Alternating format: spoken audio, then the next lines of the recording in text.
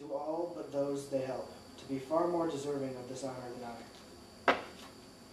This power of 3 was very close to being put in the first set of power of 3s, as stated, because it's really saying something.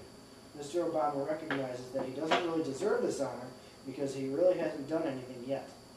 He recognizes that there are a million others who deserve this honor more than he does.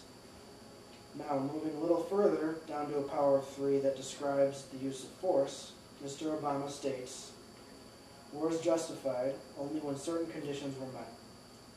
If it is waged as a last resort or in self-defense, if the force to use is proportional, and if, whenever possible, civilians are spared from the violence." This power of 3 is pretty self-explanatory and really helps to convey Mr. Obama's thoughts. The next power of 3 is further down towards the end of the introduction. Obama states, "I know there's nothing weak, nothing passive, nothing naive in the creed and lives of Gandhi and King."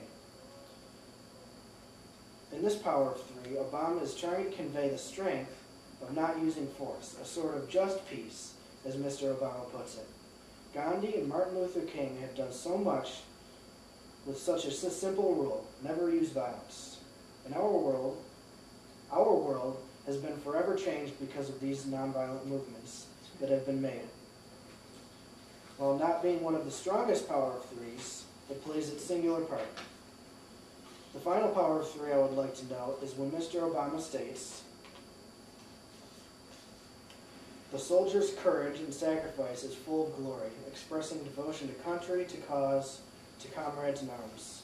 This power of 3 is trying to tell us why we should show devotion and admiration to our country, and the men and women who serve in war, we should never seek it out, for it is never glorious in nature. In conclusion, we need to go back and look at the speech as a whole. I'd like to start with this quote by Martin Luther King. "Violence never brings permanent peace. It solves no social problems. It merely creates new and more complicated ones." Yeah.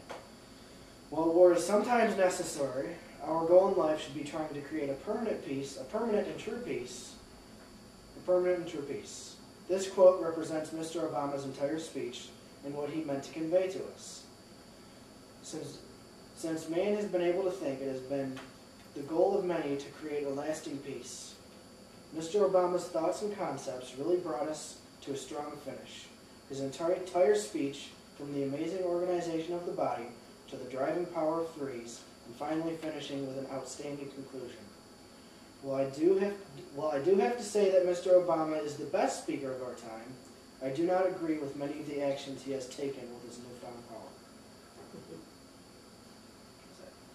That's all right.